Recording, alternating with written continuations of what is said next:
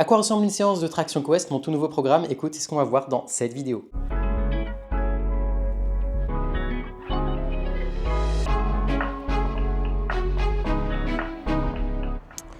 « 8h23, c'est la reprise des cours. Du coup, ça veut dire que je suis tout seul. Incroyable. À chaque fois que je venais m'entraîner, là, il y avait du monde. Beaucoup de monde. Des fois, c'était un peu galère. Allez, c'est parti. Donc, l'objectif, c'est que je te montre vraiment la séance de l'échauffement jusqu'à la séance globale. Je vais faire des tractions pronation. Donc, l'idée de cette séance, c'est d'échauffer pour la traction en pronation. C'est pour ça que je pars sur du travail d'avant-bras tout de suite. Donc là, j'étire. Et après, je vais faire mes contractions. Et c'est ça qui est trop cool parce que tu prends 15 minutes au début pour préparer ton corps à l'effort, mais aussi pour développer ta mobilité en lien avec les mouvements du coup qu'on veut faire. J'ai travaillé un peu mes coudes, donc là, je passe sur toutes les autres articulations pour les laisser reposer un petit peu et après, on va retravailler un petit peu dessus. Je t'explique aussi dans le programme, si tu veux développer ta mobilité, aller encore plus loin, en fait, tu peux combiner ces échauffements avec les routines de mobilité que je te propose. D'ailleurs, ces échauffements, ils sont évolutifs, donc de phase en phase, ils vont s'intensifier, se complexifier pour pouvoir aller dans le sens du développement de la mobilité en fait. Ça ne peut pas être le même échauffement à chaque phase. Le but, c'est aussi de le faire évoluer pour que tu puisses développer ta mobilité en même temps. À savoir que dans chaque phase, tu as deux séances qui sont complètement différentes par semaine et chaque semaine, tu as une évolution qui apparaît sur les séances pour respecter un principe de progressivité et demander à ton corps de s'adapter progressivement. Rotation capsulaire, ça, excellent exercice que je t'explique dans le programme.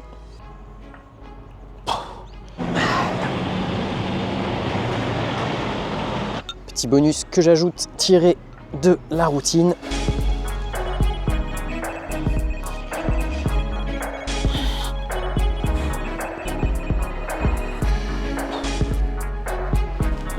Et pour clôturer l'échauffement, j'ai mis du priming, donc ça j'explique tout dans la formation. En gros, le but c'est d'apprendre à recruter plus de fibres. Donc là, pourquoi je le fais sur un bras à la fois? Tout simplement parce que le sol glisse et je manque de stabilité.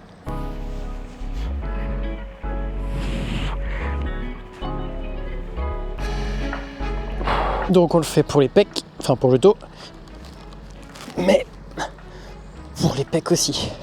Tu sens vraiment les différentes fibres se contracter. Et ça, c'est vraiment cool. Voilà, donc l'échauffement est terminé. Ça termine bien le tout. Là, je ressens le système nerveux, il est préparé. La mobilité, elle est débloquée. Je vais pouvoir attaquer le bloc principal. Et donc, qu'est-ce qu'on a mis déjà?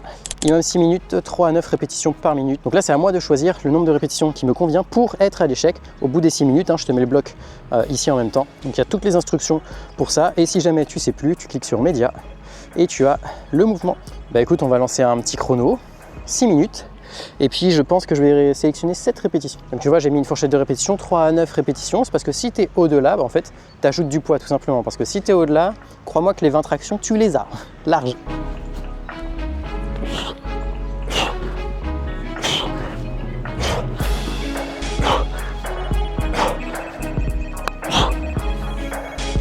Je monte trop haut, j'ai tapé le micro.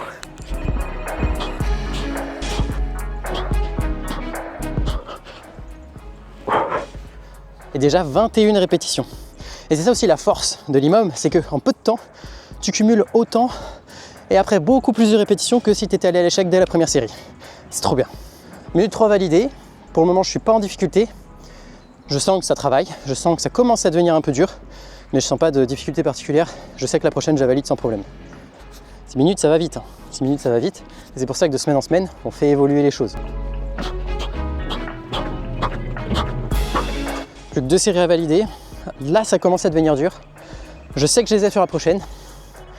Et je sais que je vais valider. Et je sais que je vais valider parce que même si je découpe ma série en 2, je vais y arriver.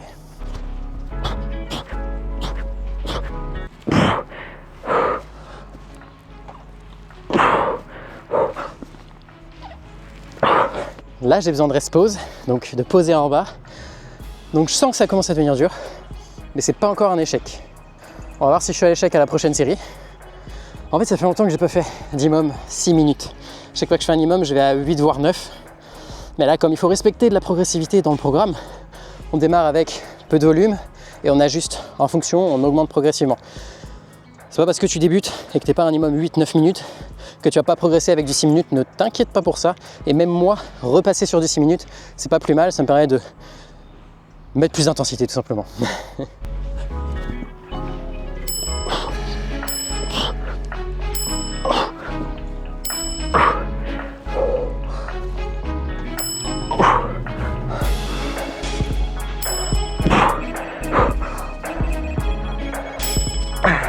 Il y a même 7 répétitions sur 6 minutes validées.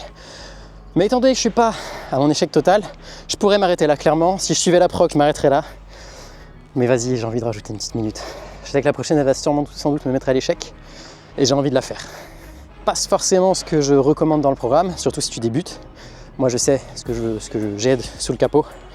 Donc j'ai envie de le faire.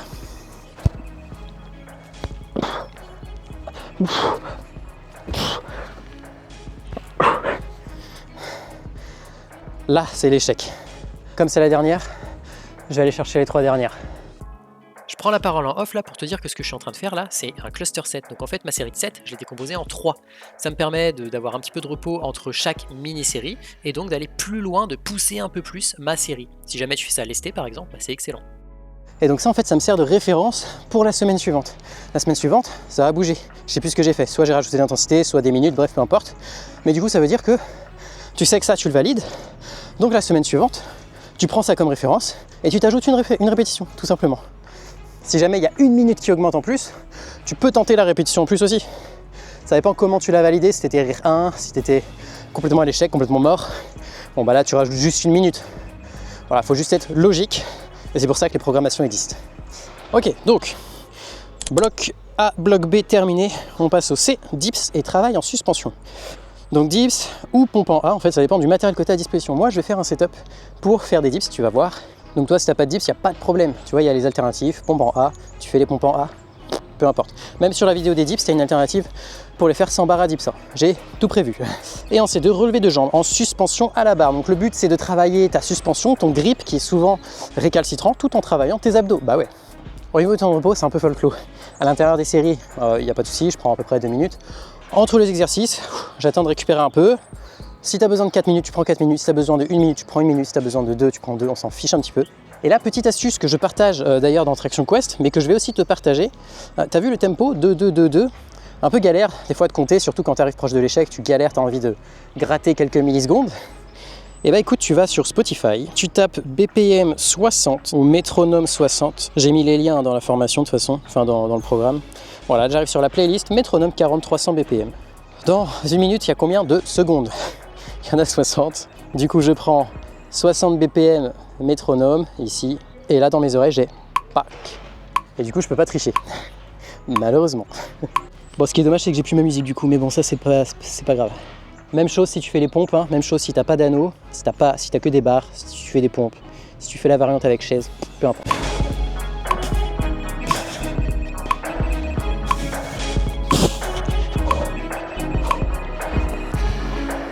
Et j'enroule mes abdos. Là, sur cette phase, on est vraiment à l'échec sur les séries de dips. Mais c'est pas grave, parce que la séance d'après, ça sera un mode différent. Et la phase suivante, ça sera un mode différent. Donc, on peut se permettre d'aller à l'échec, hein, ça y a pas de souci. Moi, j'adore l'échec. Il faut juste savoir le doser et savoir le modérer un petit peu. Je te fais juste un petit rappel, mais Traction Quest, il est dispo. Le lien est dans la description et tu as moins 50% dessus jusqu'au 10 septembre pour la rentrée. Tu mets le code rentrée, évidemment. Donc tu vois, moi, dans ce programme-là, le but, c'est pas que je sois drastique à te dire, tu fais ça avec telle charge, avec telle répétition. Peu importe, ce qu'il faut, c'est que tu apprennes à être autonome toi sur le programme et que tu apprennes toi à choisir tes propres variantes en fonction de toi. C'est pas quelque chose d'individualisé, donc je peux pas te dire exactement quoi faire. Donc le but, c'est de te former pour que tu sois autonome. Bon, tu vois là, on travaille les abdos, juste là sur de la suspension, du relevé de jambes. Dans la séquence suivante, dans la phase suivante, on travaille aussi la colonne, pour rien te spoiler. Et je pense que ça, c'est aussi une des plus-values du programme parce que je crois pas voir d'autres programmes qui travaillent cette colonne-là. En tout cas, au State Workout, rien du tout. On va attaquer le dernier enchaînement. Tout ce que je peux te dire, c'est qu'il y a 3 séries. Je sais que c'est du tirage en supination, il me semble. Et ça doit être en A. Traction australienne. Donc les tractions australiennes, bien évidemment.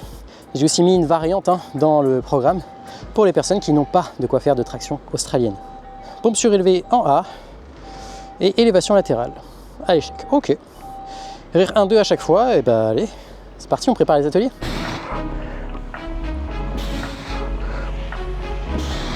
Rire 1, hein, donc forcément, je vais pas à l'échec max ici.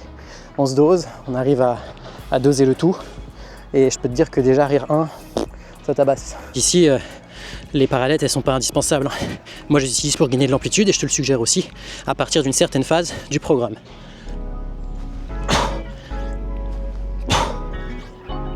Donc tu vois, là, j'étais rire 1 aussi. Et pourtant, le rire 1, compliqué quoi. Rire 1 voire 0, hein, on va pas se... Et on se termine par des petites élévations latérales aux élastiques. Alors évidemment, des élévations latérales aux élastiques. Si tu as d'autres élastiques, des bandes classiques, ça fonctionne aussi. Peu importe. Attends, faut que je prenne un peu de repos parce que j'ai soulevé la caméra et tout en plus. Donc ça, c'est la première séance de la première phase. Dans la deuxième séance de cette phase-là, on inverse le travail si tu veux. Les tractions, elles passent sur un plan plus technique et les dips sur un plan un peu plus performance. Dans la deuxième phase, tu peux t'attendre à l'ajout du travail de la colonne vertébrale. Tu peux t'attendre à un travail plus intensif, un peu plus volumineux aussi, sans aller dans les extrêmes. On intègre différents modes d'intensification. Dans la troisième phase, tu peux t'attendre à du travail explosif.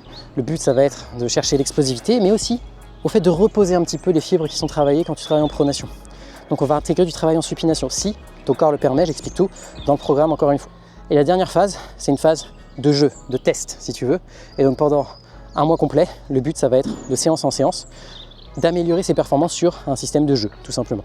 Voilà, une fois que tu as fait ça, tes tractions, elles vont passer à un cap. Que tu les fasses lester, que tu les fasses délester, peu importe. Mais ça veut dire que si aujourd'hui, tu fais une traction, je t'explique dans le programme ce que tu dois faire et avec quoi tu dois te délester. Voilà, c'est tout. C'est aussi simple que ça. Et tu appliques le programme de façon délestée comme expliqué. Il n'y a rien de plus simple. Allez, j'attaque la dernière série et après je te fais un débrief. Et voilà les gars, c'est terminé.